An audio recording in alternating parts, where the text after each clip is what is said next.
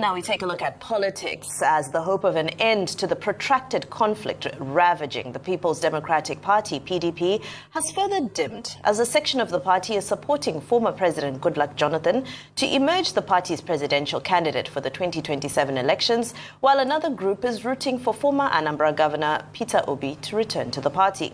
Reliable sources within the party revealed that the governor of Bauchi State, Bala Mohammed, is spearheading the move for Jonathan to emerge the party's candidate. The feeling in Mohammed's camp and a section of the north is that Jonathan can only contest for one term and the rotation would swing back to the region. Well, the PDP had recently agreed to zone the presidency to the south. And according to reports, though, the former president has not publicly made any declaration, and those close to him say he has not asked that the pressure on him by some forces to contest be stopped. Well, while the likes of Governor Mohammed are pushing for Jonathan's candidature, other influential members of the party are favorably disposed to Obi returning to the party. It's only right for things like this to happen. Some have said, yes, Jonathan can come in to the PDP. They've even made the argument for it. Sule Lamido was speaking the other day, said Jonathan can come in. Yes, he has 4 years. It could be a better option. Because the talk about one term, a lot of people posit as the reason why they not reneged against Jonathan was because Jonathan had touted that he was going to do a term.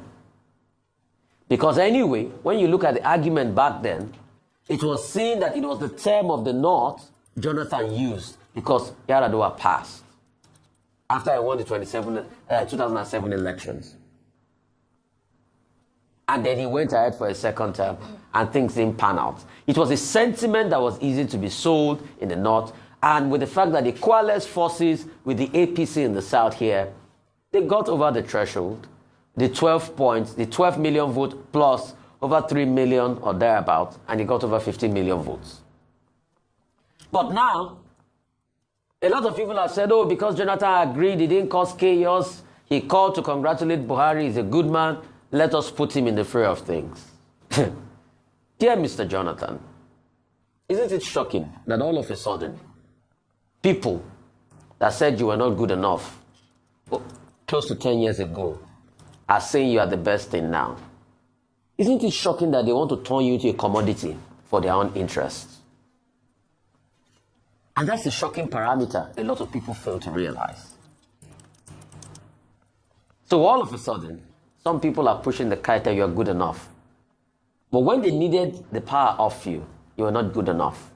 These same people that are saying you are good enough today were those that engineered the opinion of the nation against you. Dr. Abati here can tell us the story because he spent a lot of time defending you. But he also saw the betrayal by the so-called people that claimed that they loved you then. It's all politics. For me, what saddens me is that since this political argument started among all the candidates, and today I want to berate all the candidates that are saying they want to be president, we have not heard any one of them say, let's debate on how we are going to solve the great problem of power. We are not hearing them debate about approach to solving the problem of education. We are not hearing them debate about the best approach to healthcare. All we hear them talk about is, this one is from the North, he has 4 years to go, it's from the South, and all of that. Question is, when are the issues going to be the front burner? The point about President Goodluck Jonathan is still very much at the level of speculation and academics. President Goodluck Jonathan himself has not come out frontally to say that he's seeking accommodation either in the PDP or in the coalition or the ADC.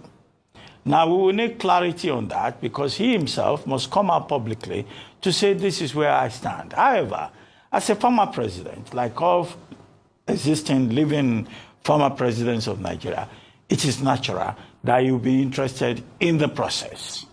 However, what is the issue? The issue is that we are being told that he's been pressured, either from the APC or from the PDP or from the the ADC, or from whatever other political parties to take an interest in the 2027 election.